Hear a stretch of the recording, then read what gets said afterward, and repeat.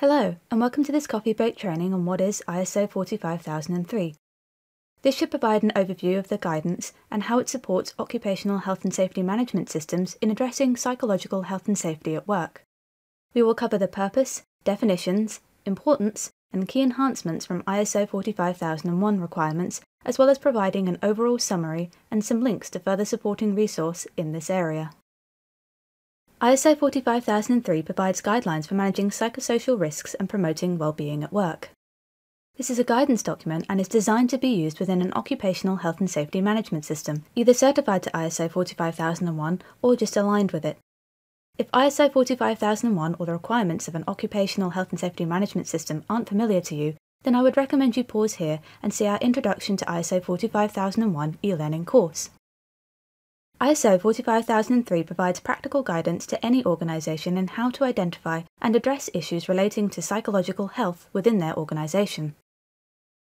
The purpose of ISO 45003 is to support in achieving the overall aim of the ISO 45001 standard or any occupational health and safety management system, which is to prevent work-related injury or ill health, and to provide safe and healthy workplaces. This guidance focuses on what organisations need to do in relation to psychosocial hazards and risks to achieve the overall objective of an occupational health and safety management system, which traditionally has primarily focused on physical safety and health with minimal or ineffective measures taken to address psychosocial risks. What are psychosocial risks? ISO 45003 defines psychosocial risk as a combination of the likelihood of occurrence of exposure to work-related hazards of a psychological nature and the severity of injury that can be caused by these hazards.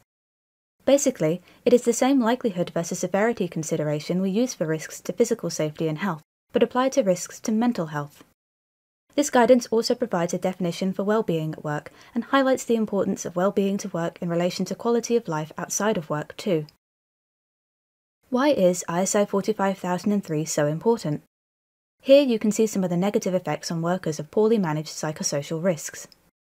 ISO 45003 explains how psychosocial hazards relate to how work is organised, social factors at work, and aspects of the work environment, equipment, and hazardous tasks. Psychosocial hazards can be present in all organisations and sectors, and from all kinds of work, tasks, equipment, and employment arrangements. They can occur in combination with one another and can influence and be influenced by other hazards. On this slide, you can see the negative impacts of poorly managed psychosocial risks on an organisation. ISO 45003 outlines examples of psychosocial hazards as well as a range of control measures that can be used to eliminate hazards or minimise associated risks. Organisations are responsible for identifying hazards and minimising the risks associated with them. Successful psychosocial risk management depends on the commitment from all levels and functions within the organisation, from top management and through to the participation of workers. This is emphasised through Clause 5, Leadership and Worker Participation in both ISO 45003 and ISO 45001. Here you can see the benefits of effectively managing psychosocial risks within your organisation. It is recognised that psychological health and safety and well-being are not always fully addressed within occupational health and safety management. The standard is designed to help organisations better understand and address these aspects of occupational health and safety management so that their system covers all aspects of health and safety, not just those that are more familiar and are seen as simpler to address. I would like to note that it will be essential for health and safety teams, and HR in particular, to work closely together, as many of the recommendations in ISO 45003 will need to draw on health and safety and HR expertise. External issues can include, for example, the supply chain in which the organisation operates. Psychosocial hazards and risks can be through time pressure, schedules, or production pressure.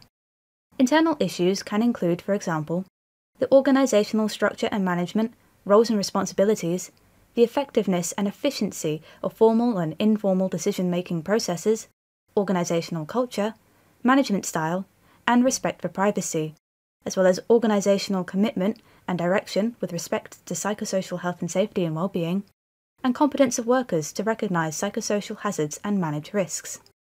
Needs and expectations of interested parties can include financial security, inclusion, recognition, personal development, and growth, equal opportunity and fair treatment at work, And further consideration related to needs and expectations can be through legal requirements, for example occupational health and safety and human rights legislation. There are key enhancements to Clause 6.1.2 around hazard identification. Understand underlying sources of harm before control measures are considered to improve the effectiveness of activities to manage psychosocial risks are key. Without identifying and understanding these sources, psychosocial risks may not be adequately managed. The guidance is based around 3 subject areas. Firstly is how work is organised. This includes all the aspects listed in this slide.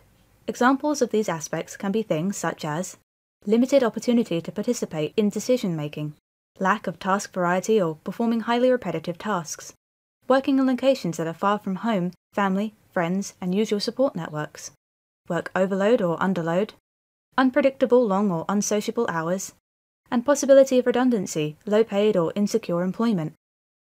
The second subject area is social factors at work, which you can see listed on this slide. Examples of these factors can be things such as poor communication, including poor information sharing, poor relationships between managers, supervisors, co-workers and clients, lack of clear vision and objectives, leaders failing to listen or only casually listening to complaints and suggestions, career stagnation and uncertainty, lack of trust, honesty, respect, civility and fairness, work tasks, roles, schedules or expectations that cause workers to continue working in their own time. And the final subject area is work environment, equipment, and hazardous tasks. This includes inadequate equipment availability, suitability, reliability, maintenance, or repair, poor workplace conditions such as lack of space, poor lighting, and excessive noise, lack of the necessary tools, equipment, or other resources to complete work tasks, working in extreme conditions or situations such as very high or low temperatures or at height. ISO 45003 provides excellent reference tables which provide more examples under these 3 subject areas for organizations to consider when completing psychosocial hazard identification and risk assessment. A system that maintains confidentiality, support and respect can encourage early reporting of issues that negatively affect workers.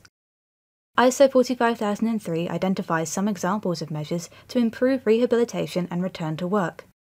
These include providing access to or information about general occupational health services, providing access to or information about confidential debriefing, counselling services, conflict mediation services, and access to relevant assessments, talking with affected workers to understand and plan for reasonable work adjustments to support return to work planning and monitoring and measuring, and consultation, including occupational health professionals. ISO 45003 complements ISO 45001, but can be used with or without ISO 45001, but a health and safety management system approach is needed. ISO 45003 recognises that psychological health and safety are not always fully addressed within occupational health and safety management. Mental health can influence how we think and feel about ourselves and others, as well as how we interpret events. It affects our capacity to learn, communicate, and to form and sustain and end relationships, influencing our ability to cope with change, transition, and life events.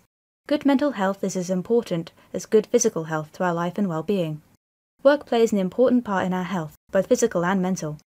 People who are in work are overall healthier and happier, but sometimes work can have a negative impact on health. At work, we should aim to create an environment which fosters good mental health and eliminates or minimises a work environment which can have a negative impact on mental health.